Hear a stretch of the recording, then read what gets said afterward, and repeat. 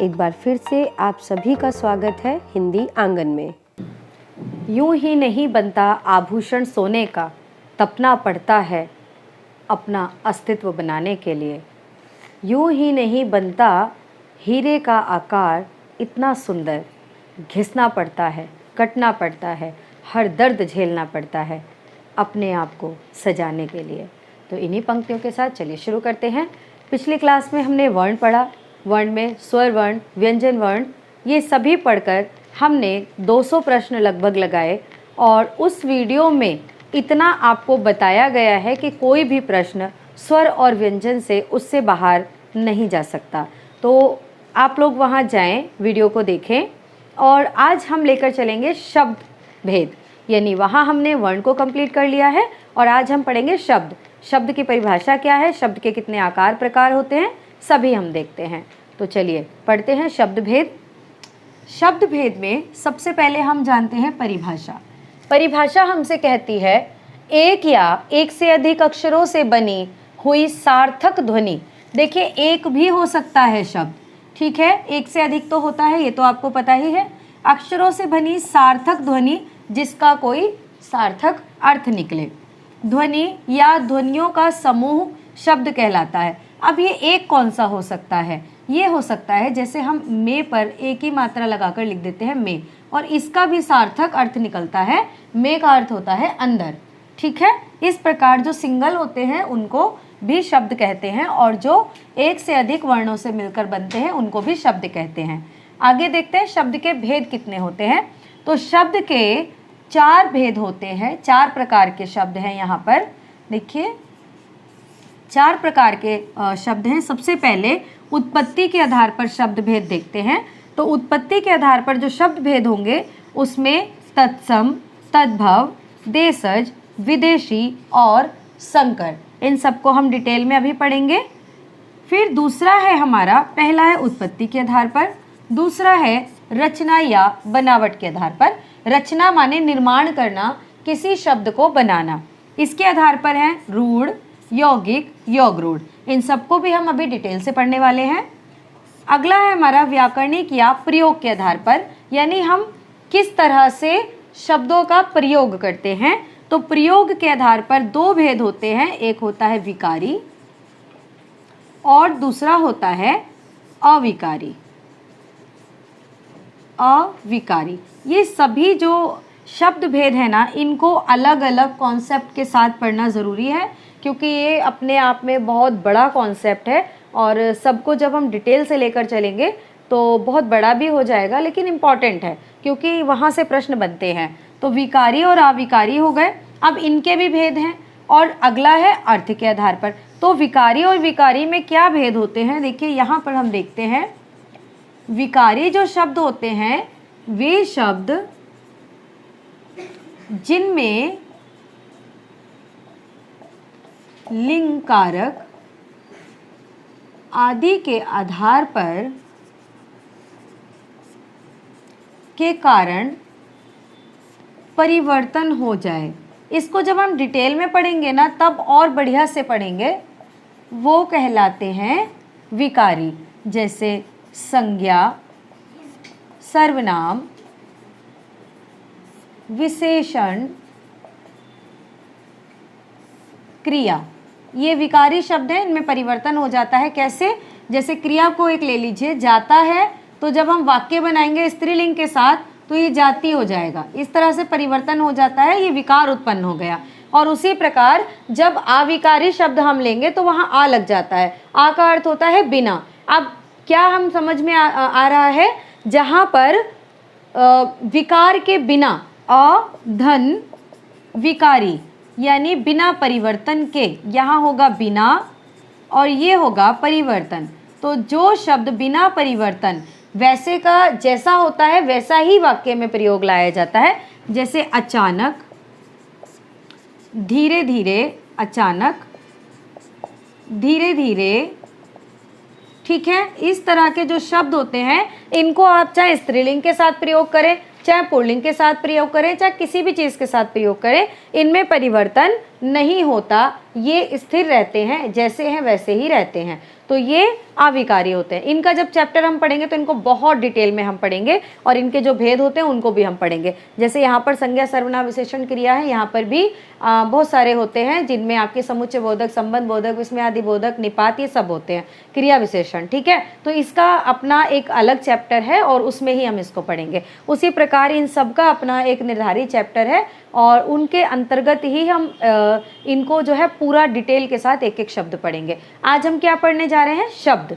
शब्द में तत्सम तद्भव की अलग क्लास होगी, लेकिन आज हम पढ़ेंगे विदेशी और जो हमारे देशी शब्द हैं उनसे रिलेटेड, क्योंकि प्रश्न हमेशा बनते हैं विदेशी शब्दों से कि मान लीजिए आपको दे देता है खिड़की, ये कौन सी भाषा का शब्द है, कभी दे देगा रिक्शा, ये कौन सी भाषा का शब्द है। तो हमारा जो आज की क्लास का उद्देश्य है वो विदेशी शब्दों को और देशज शब्दों को जो है, दो प्रकार के शब्दों को हम इस क्लास में समेट रहे हैं और बहुत महत्वपूर्ण क्लास होने वाली है। बने रहिए आप, लाइक कर दीजिए वीडियो को और चैनल को सब्सक्राइब करें और आगे बने रहा। इसको स्किप बिल्कुल भी ना करें, क्योंकि यदि स्किप करेंगे तो ना जाने कौन सी बात कहाँ छूट जाए। तो बने रहिए। अभी देखते हैं, देखिए अर्थ के आधार पर हमारे कौन कौन से बनेंगे। अर्थ के आधार पर एकार्थी होता है जिसका एक अर्थ होता है, अनेकार्थी होता है जिसके अनेक अर्थ होते हैं, विलोम होता है जिसका विपरीतार्थक अर्थ होता है और पर्यायवाची होता है। पर्यायवाची जिसके बहुत सारे मतलब सिमिलर होते हैं, समान शब्द होते हैं। तो ये सभी हमारे अर्थ के आधार पर हो गए। तो हमने जाना शब्द 4 प्रकार के हो गए और कितने कितने हमने इनके भेद किए। उत्पत्ति के आधार पर, रचना बनावट के आधार पर, व्याकरणिक प्रयोगों के आधार पर और अर्थ के आधार पर। और ये भी हमने देखा कि उत्पत्ति के आधार पर तत्सम, तद्भव, देशज, विदेशी और संकर, ये 5 प्रकार के शब्द हो गए। रचना बनावट के आधार पर रूढ़, यौगिक। यौगिक शब्द तत्पुरुष होते हैं क्योंकि ये योग से बनते हैं, इनके बीच में कारक चिन्ह हमें प्राप्त होता है। योग रूढ़ जो कि बहुव्रीहि है, जितने भी बहुव्रीहि समास है वो सभी योग रूढ़ शब्द होते हैं। और व्याकरणिक या प्रयोग के आधार पर यदि हम देखें तो विकारी, अविकारी 2 हो गए और विकारी में आपके संज्ञा, सर्वनाम, विशेषण, क्रिया, ये 4 हो गए और अविकारी में आपके संबंध बोधक, समुच्चय बोधक, विस्मयादि बोधक, क्रिया, विशेषण और निपात, ये सभी हो गए। अर्थ के आधार पर आपके एकार्थी हो गए, अनेकार्थी हो गए, विलोम हो गए और पर्यायवाची हो गए। इतना हमने जाना। अब हम जानते हैं देशज शब्द कौन कौन से होते हैं और देशज जो हैं वो किस प्रकार से होते हैं, क्योंकि तत्सम तद्भव को हम पढ़ेंगे इनकी स्पेशल क्लास के अंतर्गत। ठीक है, तो चलिए आगे देख लेते हैं। शब्द भेद में हम पढ़ रहे हैं यहाँ पर देशज शब्द, क्योंकि तत्सम शब्द और तद्भव जो हैं उनकी अपनी एक क्लास होगी, वहाँ पर हम सभी तत्सम तद्भवों को लेकर आएंगे, तभी काम बन पाएगा। यहाँ इस तरह भेद के अंतर्गत हम पढ़ेंगे तो उतना नहीं हो पाएगा। तत्सम शब्द वे शब्द होते हैं जो ऐसे के ऐसे ही जैसे संस्कृत में होते हैं ऐसे ही हिंदी में भी लिए जाते हैं, और तद्भव उन्हीं का विकृत रूप है जो हिंदी में प्रयोग किया जाता है। ये तत्सम तद्भव हैं। अब हम देशज देख लेते हैं। वे शब्द जो जिनकी उत्पत्ति का कोई व्याकरणिक स्रोत नहीं है, जैसे तत्सम का व्याकरणिक स्रोत है संस्कृत और तद्भव का भी व्याकरणिक स्रोत संस्कृत ही है क्योंकि उन्हीं के शब्दों से विकृत होकर आए हैं। लेकिन देशज शब्द वे शब्द हैं जिनका व्याकरणिक स्रोत नहीं है। ये शब्द बोलचाल में स्वतः निर्मित हो जाते हैं। जब लोग बोलते हैं क्षेत्रीय भाषाओं में तो क्षेत्र के हिसाब से वहाँ पर कुछ शब्द उनकी आवश्यकता के अनुरूप जो है निर्मित हो जाते हैं, वही देशज कहलाते हैं। आगे देखते हैं इसमें क्या है। डॉक्टर भोलानाथ तिवारी कहते हैं कि देशज शब्द को अज्ञात व्युत्पत्तिक शब्द जो है ये मानते हैं। क्यों मानते हैं? क्योंकि इनकी उत्पत्ति का कोई व्याकरणिक स्रोत नहीं महत्व पता चलता, कोई ऐसा स्रोत ही नहीं है जहाँ से इनकी उत्पत्ति का पता चल पाए, तो वो कहते हैं कि अज्ञात है, इसकी व्युत्पत्ति क्या है? अज्ञात है। डॉक्टर हरदेव बहारी के अनुसार ये 2 प्रकार के होते हैं। पहला, अनार्य भाषाओं से आए हुए। देखिए आप जानते हैं कि संस्कृत आर्यों की भाषा है और संस्कृत से ही हिंदी का निर्माण हुआ, तो वह भी आर्यों के अंतर्गत आती है। और ये जो है ना देशज क्या है? अनार्य भाषाओं से आए हुए शब्द, जैसे जिसमें द्रविड़ शब्दों की, द्रविड़ भाषा परिवार के शब्दों की बहुलता मिलेगी। सेकंड आपका हो गया अनुकरण मूलक शब्द। अनुकरण का अर्थ हुआ जो हमने ध्वनियाँ सुनी उनके आधार पर हमने नाम रख दिया। जैसे कोई गेट पे करता है तो ध्वनि क्या होती है, खटखट खटखट, तो अभी जो मैं बोल रही हूँ खटखट, वैसी ध्वनि होती है खटखट, और उसी का जो है नामकरण कर दिया खट खट, तो वो अनुकरण के आधार पर हो गई। तो देखिए सबसे पहले यहाँ जो हम पढ़ रहे हैं ना, ये हम पढ़ रहे हैं द्रविड़ ध्वनियाँ जो है, द्रविड़ भाषा से आए हुए शब्द उड़द, ओसारा, कच्चा, कज्जल, कटोरा, कांच, काका, कुट्टी, कुप्पी। ये देखिए कुप्पी जो है ना, ये पिछले साल ही शायद बना हुआ प्रश्न है और ये लगभग सभी बनते हैं ये प्रश्न। केतकी, घुन, चंदन, चक्का, चिकना, चूड़ी, झंडा, झूठ, टंटा, टोपी, ठेस, डंका, नीर। नीर देखिए आप समझे कि नीर संस्कृत का है, तो नीर संस्कृत में भी कहते हैं, लेकिन नीर जो है ना द्रविड़ भाषा में भी इसको बोलते हैं। पापड़, पिंड, पेट, भंगी, पेट भी देखिए द्रविड़ है। भाला, मीन, मीन माने मछली होती है, ये भी द्रविड़ है। मुकुट, लाठी, लोटा, सूजी, इडली, डोसा, सांबर, चीला आदि, ये सभी द्रविड़ भाषा परिवार की जो है शब्द से लिए गए हैं। आगे थोड़ा सा देखते हैं। डॉक्टर वासुदेव नंदन, अब ये वाले जो शब्द हमें मिले हैं ये किसने माने हैं? ये माने हैं डॉक्टर हरदेव बहारी ने, उनकी पुस्तक में हमें इस प्रकार से शब्द योजन मिलता है। दूसरा हम यहाँ देख रहे हैं डॉक्टर वासुदेव नंदन की बुक में हमें क्या मिलता है, तो डॉक्टर वासुदेव नंदन ने देखा तेंदुआ, चिड़िया, ठीक है, कटरा, अंडा, ठेठ, कटोरा, खिचड़ी, पगड़ी, लोटा, डिबिया, डोंगा, डाब। ठीक है, ये लोटा, पगड़ी, खिचड़ी, डिबिया बने हुए शब्द हैं जो हमारी परीक्षाओं में बन चुके हैं। फिर सेकंड हम देख लेते हैं अनुकरण मूलक शब्द। अनुकरण मूलक, अनुकरण का अर्थ क्या होता है? दूसरों को देख करके उसका अनुकरण करके सीखना। कुछ लोग कहते हैं कि ये कॉपी होता है, नकल होता है। हाँ, आप कह सकते हो नकल है, लेकिन जो अरस्तु का अनुकरण है वो कहते हैं नकल नहीं, पुनः सृजन है, यानी हम देखकर सीखते हैं। ठीक है, तो अनुकरण का मतलब होता है देखकर सीखना या सुनकर उस चीज़ का अस्तित्व बनाना। तो अनुकरण मूलक में वे शब्द होंगे जो विभिन्न ध्वनियों के अनुकरण द्वारा गढ़ लिए गए। अब देखिए यहाँ पर क्या बोल रहे हैं, ध्वनियों के अनुकरण द्वारा हमें जिस प्रकार की ध्वनियाँ प्राप्त हुई उन्हीं ध्वनियों का हमने शब्दों में निर्माण कर दिया। कैसे? अंड बंड, खटपट। देखिए खटपट, कोई बर्तन, कोई सामान गिरता है, 2-3 बार गिर गया तो खटपट खटपट आवाज़ आएगी, तो वो उसी आवाज़ पर ये गढ़ लिया गया, खटपट। कड़कड़ाना है ना, कड़कड़ाना, चमकना, किलकारी, बच्चे की किलकारी होती है ना, किलकारी, चहचहाना, किरकिरा। तो ये सब क्या है? ये भौं भौं, ये डॉगी जो कुत्ता करता है भौं भौं भौं करता है, तो उसको शब्द दे दिया गया। टिमटिमाना, वो ऐसे ऐसे ऐसे ऐसे जगमग होता है तो उसको शब्द दे दिया गया कि ऐसे क्या हो रहा है, टिम टिम टिम टिम। लाइट का बंद होना, जलना बंद होना, जुगनू का जलना बंद होना, ये सब क्या? टिमटिमाना। कह कहा, जब जोर से लगाते हैं तो कह कहा। ठट्टा, बजबजाना, बुनबुनाना आदि, यानी ध्वनियों के आधार पर जो हमें शब्द प्राप्त होंगे उन्हें हम कहेंगे अनुकरण मूलक शब्द हैं। चलिए आगे देशज पढ़ते हैं। बहुत सारे शब्द हैं हमारे पास और इनकी ट्रिक भी बनाएंगे ताकि ये जल्दी से याद हो जाए। तो चलिए कुछ शब्द देख लेते हैं देशज के। अ से उलड़ना, अंडा, आहट, अथाह, ओसाना, ओस। ठीक है, इस प्रकार ये देशज है। अब अंडा शब्द है जिसे हम जानते हैं, लेकिन हमें ये नहीं पता कि ये शब्द, हमें लगता है कि अंडा या तो विदेशी है, किसी पुर्तगाली भाषा का लगता है, लेकिन ये क्या है? देशज है। आहट है ना, जब ओलरना, इसकी हम अगर ट्रिक भी बनाएं तो ओलरना से आकर अंडा बना रहे थे, आहट हो गई। क्यों? उसकी स्मेल आ गई, खुशबू आ गई। अंडा बना रहे थे, आहट हो गई। अथाह शोर मच गया ओसाना में, ओसाना जगह का नाम है। अतः शोर मच गया ओसाना में और सभी लोग जो है ओस की तरह दौड़ पड़े। इस तरह हम आ वाले याद कर सकते हैं। इधर का वाले देख लेते हैं।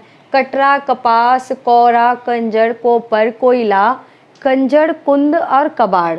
तो देखिए कटरा है, कटरा यहाँ पे जगह का भी नाम है जहाँ वैष्णो माता रहती हैं। और कटरा ना जो भैंस का बच्चा होता है, बॉय बेबी जो होता है, उसको भी कटरा कहते हैं। तो कटरे ने कपास खा लिया कौरा बनाकर। कौरा होता है रोटी का टुकड़ा, जो हम निवाला बना करके उसको खाते हैं, उस रोटी के टुकड़े को कौरा कहते हैं। तो कटरे ने कपास को कौरा बनाकर खा लिया और फिर उसके मालिक ने कहा ये कंजड़ है निरा, है ना, ये तो कंजड़ है। कौन? कटरा। ये कंजड़ है, इसका जो दिमाग है ना वो कॉपर है, इसका दिमाग नहीं है, कॉपर है, कोयले जैसा है बिल्कुल, और कुंद कबाड़ है बिल्कुल। किसका दिमाग है? कटरे का दिमाग। कटरे ने क्या किया? कौरा बना के कपास को खा लिया, और उसका मालिक कहता है कि ये कंजड़ है और इसका जो दिमाग है वो कॉपर का है, इसके अंदर दिमाग ही नहीं है, कोपर है बिल्कुल, कोयला, कुंद कबाड़ जैसा। कुंद क्या होता है? कुंद होता है मंद बुद्धि, है ना, कुंद कबाड़ कोयला जैसा, कोपर जैसा इस कंजड़ का दिमाग है, जिसने कपास को कौरा बना के खा लिया, उसकी खेती खराब कर दी। ठीक है, इस प्रकार ये हो गया हमारा। अब देख लेते हैं, आ हो गया, क हो गया, अब खा वाला देखते हैं। खोया, खोखला, खूसट, खोडम, खाई, खाली, खट्टा, खर्चा, खुरदरा, खद्दर, खटना। अब इसको हम कैसे ट्रिक से जोड़ सकते हैं कि जो खो गया था, खोया जो होता है ना, मावा जो होता है दूध से बना हुआ होता है, वो भी खोया होता है। तो खोया जो था वो खोखला बना दिया खूसट ने, है ना। खूसट कहाँ होते हैं? ग्रामीण क्षेत्रों में होते हैं। अब हम जो ये बना रहे हैं ना, ये भी ध्यान रखना कि ये जो कटरा होता है, भैंस वगैरह कहाँ पलती हैं? ग्रामीण क्षेत्रों में पलती हैं, देसी होती हैं। तो देश, हमारे देश का है, ये देसी शब्द है। अब यही हमें यहाँ रखना है, खोया कहाँ बनेगा? जहाँ भैंसें होंगी वहीं दूध होगा, वहीं मावा बनेगा। तो खोया बनाया, और खोया कैसा बना? खोखला बना, खोए में कोई दम नहीं था, खोखला बना। खूसट ने खोया खोखला बनाया, खोडम कहीं का। और हमारे जो हमने क्या खाना था उसको जब खाई तो खोया खाई, आप बंगाली बन जाओ 2 मिनट के लिए, कि हमने खोया खाई तो वो खाली खट्टा निकला, है ना, खाली खट्टा निकला। खाली क्यों निकला? क्योंकि उसके अंदर घी नहीं निकला। खोया क्या, कभी आप हाथ में लेके देखना, प्योर खोया जब होगा ना तो उसमें घी अलग निकलने लग जाएगा, इतना मतलब अच्छा और प्योर होता है। लेकिन जब खोया क्या किया उसने? खोखला खोया बनाया, क्योंकि उसमें घी नहीं था। और जब हमने खोया खाई तो वो खाली निकला, खट्टा, यानी मीठा नहीं था। खोया अगर नॉर्मल होता तो अच्छा होता, वो खट्टा निकला। इतना खर्चा हो गया, खुरदरा दाम दिया था, और खद्दर जैसा हमें खटना पड़ गया, खद्दर जैसा हमें खटना पड़ गया। इतना दाम दिया था और क्या खर्चा किया था, दाम नहीं कहेंगे, दाम जो है विदेशी शब्द में आएगा, वो भी मैं आपको बताऊंगी कहाँ पे आएगा। तो इतना खर्चा किया, और फिर भी एक बार फिर से देख लेते हैं। खोया बनवाया तो खूसट ने खोखला बना दिया, और खोडम बिल्कुल कुछ नहीं था उसके अंदर, कोई दम नहीं था, उसका जो दम था वो खो गया था। जब खोया खाई हमने तो खाली खट्टा निकला। इतना खर्चा हो गया, खुरदरा दिया था, फिर भी खद्दर जैसा हमें खटना पड़ गया। खद्दर होता है ना, खद्दर बेकार होता है, और जो रेशमी कपड़ा होता है वो अच्छा होता है। तो खोया हमारा कैसा निकला? खद्दर की तरह निकला। तो इस प्रकार खा वाले देशी शब्द हमें सारे याद हो गए। आप देख लेते हैं सॉरी, गा वाले। गोली, गुच्छा, गंडारी, गड्ढा कर लेंगे, गड्ढा, गली, गुरेरी, गुदड़ी और गेंदा। बहुत अच्छा। देखिए गेंदा हम लोग अक्सर बोलते हैं गली तो हम ऐसा कोई दिन नहीं जाता होगा जब हम गली कहकर ना पुकारते होंगे। तो गड्ढा, अब इसको ज़रा सा बना लेते हैं कि कैसे बनाएंगे। गोली, गुच्छा, गंडारी, गड्ढा, गली, गुरेरी, गुदड़ी, गेंदा। तो गेंदे का गुच्छा होगा, ठीक है, थोड़ा इसको आगे पीछे कर देते हैं, ट्रिक बन जाएगी। गेंदे का गुच्छा था गली में, और इसी वजह से गड्ढा दिखाई नहीं दे रहा था। ठीक है, गली में क्या था? गेंदे का बहुत बड़ा गुच्छा था, जिसकी वजह से गड्ढा दिखाई नहीं दे रहा था। गली में गेंदे का बहुत बड़ा गुच्छा था, जिसकी वजह से गड्ढा दिखाई नहीं दे रहा था। और गुर्रा करके गुदड़ी के लाल को, गुदड़ी लाल ना एक इंसान को ही हो गया, वो गुर्रा गया गुदड़ी का लाल, और उसने क्या किया? गोली चला दी। ठीक है, गोली चला दी। उसके पास गंडारा भी था। गंडारी एक प्रकार का एक हथियार सा, मतलब एक हसिया जैसा कुछ होता है गंडारी। तो वो गंडारी भी थी उसके पास, उसने गोली और गंडारी चला दी। यानी देखिए, गली में गेंदे का गुच्छा इतना ज़्यादा था कि गड्ढा दिखाई नहीं दिया, तो गुदड़ी के लाल गुर्रा गया और उसने गोली और गंडारी चला दी। इस प्रकार देशी शब्द हमें याद हो गए। अब तो देखिए यहाँ हम अब चा वाले देखेंगे। चील गाड़ी, चील गाड़ी किसे कहते हैं? जो चील की तरह होता है और ऊपर उड़ता है, जिसको आप लोग एरोप्लेन कहते हैं। तो क्षेत्रीय भाषा में जो ग्रामीण बच्चे होते हैं वो जहाज़ नहीं कहते, एरोप्लेन नहीं कहते, वो कहते हैं चील गाड़ी। चील गाड़ी, चराना, चट्टान, चोटा, चेला, चीलर, चकल्लस। तो देखिए इनको बना लेते हैं, बहुत ही आसान तरीके से बन जाएगा 2 मिनट में। सबसे पहले हमें याद रखना होगा कि ये सभी हम पढ़ रहे हैं देशज और क्षेत्रीय भाषा में बोले जाते हैं। इनको आप ग्रामीण या गाँव के शब्दों से भी रिलेट करके मान सकते हैं कि हम देशज पढ़ रहे हैं। तो चीलर जो था, एक व्यक्ति था जिसका नाम था चीलर, और चीलर का जो चेला था, सॉरी चीलर का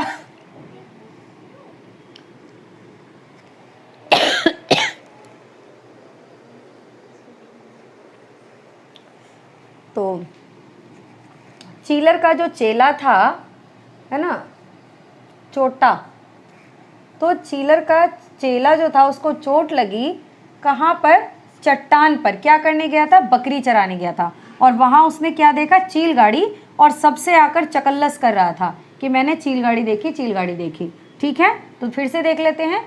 चीलर का जो चेला था, चीलर का चेला, उसको चोट लगी, और कहाँ लगी? चट्टान पर, जब वो बकरी चराने गया था, और चराते समय उसने चील गाड़ी को देखा और चकल्लस करने लगा कि मैंने चील गाड़ी देखा, मैंने चील गाड़ी देखा। ठीक है, आगे देखिए, छा पर आ जाते हैं। छिछोरा, छिछोरा, छिछल, छैला। तो इस प्रकार के शब्दों से तो आप देखकर ही समझ जाएंगे। छैला ग्रामीण क्षेत्र का है शब्द ये, और छिछल, छिछोरा, छिछोरा गांव का देहाती शब्द है ये, तो ये तो बनाने की कोई ज़रूरत ही नहीं है, बल्कि छिछोरा, छैला जो है वो छिछोरा है, छिछलता रहता है, इस तरह भी आप याद कर सकते हैं। अब टा में देखिए, टाप, टोपरा, टटोलना। तो टाप जो होता है ना, एक एक के बाद एक टाप ऐसे टापते हैं, तो टटोलते वक्त टोपरा में से टाप करके देखा तो नहीं मिला, मतलब सामान देख रहे थे तो ऐसे टटोलते हैं ना, तो ऐसे टाप टाप करके टटोल रहे थे। कहाँ? टोपरा में। ठीक है, बाकी 3 शब्द हैं, टाके कोई इतना वो नहीं है, बाकी टटोलना याद रखना इंपॉर्टेंट है कि टटोलना क्या है? देशज है। ठाका, ठेठ और ठर्रा। ठेठ तो देखिए ठेठ ग्रामीण हो ही गया, और ठर्रा भी देशज ही होगा। इधर हम आ जाते हैं, डाब, ढूंढना, डिबरी, ढकोसला, डेरा, डबाना, डाबना और डग। तो ये थोड़े से मिक्स हैं, इनको भी देख लेते हैं कि डाब में ढूंढने गए थे ढिबरी। ढिबरी होती है ना, गोल गोल होती है, तो डाब जो होती है मिट्टी की, एक समझ लीजिए कि मांद है, तो डाब में ढूंढने गए थे ढिबरी, और वहाँ क्या मिला? मतलब सब कहते हैं तुम तो ढकोसला कर रहे हो, ढूंढ नहीं रहे हो, ढकोसला कर रहे हो। डेरे पे जाओ, वहाँ पर डाबना मिलेगा, एक डग तो बढ़ाओ। ठीक है, डेरे पर जाओ, वहाँ डाबना मिलेगा, एक डग तो बढ़ाओ। फिर आगे देखिए, तांगा, थोथा, धब्बा, पाग, फुनगी, बयाना, बोरी।